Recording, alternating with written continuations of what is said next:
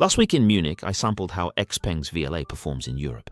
It left me genuinely impressed, far beyond expectations. It already understands how Germany drives. Without driving in Germany, it's hard to grasp how complex its roads are. Mixed traffic and trams share lanes with regular cars. Yielding logic and road signs differ radically from China. Even priority signs for major and minor roads are complex. Even the way traffic lights illuminate is the reverse of China. China goes from red to green. Germany shows red and amber together first. That is easy to misread visually. Then there are Germany's strict rules. In China, turning right on red is routine where permitted. In Germany, no right turn on red without a dedicated green arrow. At unsigned junctions, traffic from the right has priority. Pedestrians and non-motorized traffic get the highest priority. Its whole right-of-way system is worlds apart from driving in China. Many people assume German pedestrians follow the rules perfectly. They supposedly never jaywalk or run red lights. In Munich, we noticed that pedestrians would often cross the street at random, sometimes ignoring the signals entirely. Their behavior was noticeably less disciplined than we had imagined, which really challenged the system. The system cannot assume pedestrians will obey the rules. It must always anticipate someone suddenly crossing. In this unfamiliar, unpredictable road environment, the first European VLA driving model handled everything smoothly and safely.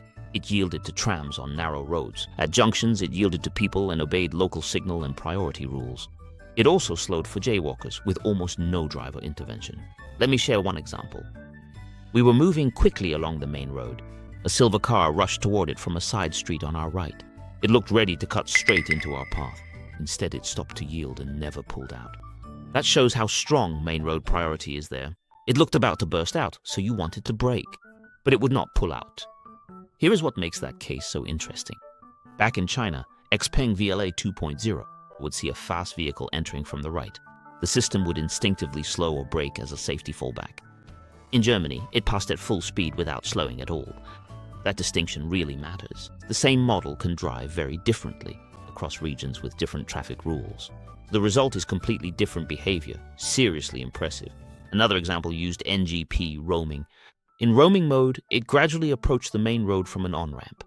Near the merge, it stopped exactly as local traffic rules require. It stayed stopped and waited. When a gap opened in main road traffic, it accelerated quickly and merged. That too felt thoroughly localized. Something else also surprised me. Munich's urban roads have many trams. Their tracks are embedded in the road. These tracks aren't just embedded in the road, they're right in the center of your vision. Even my own eyes would sometimes follow the rail lines and get pulled off course. The rails blend together with those faded white lane markings. When I first arrived in Munich, even I couldn't tell which was which for a while, especially when making left turns at large intersections. The tangled rail lines blend even further with the dim white lane markings. After you've made the left turn, you have absolutely no idea where to drive. However, the performance of XPENG's VLA here in Europe. First of all, the SR interface didn't show any confused trajectory lines.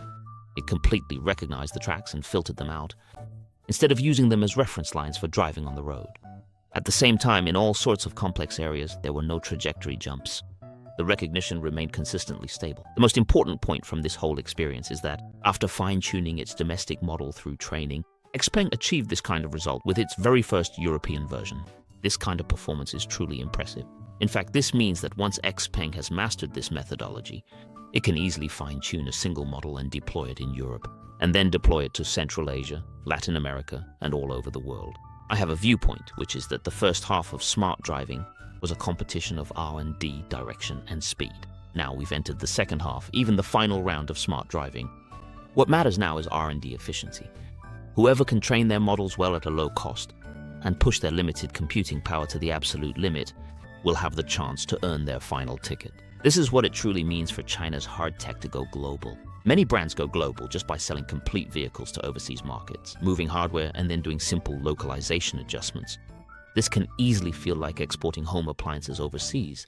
Of course, that's not bad, but as for XPENG, it's taking its underlying core software, smart driving model, and core system global. This is the internet way. With this input, things won't be so difficult later. There's a chance to create rich internet software profit margins. This is what it should look like when a new force automaker goes global. Not by stacking hardware, but through the understanding of the underlying AI model.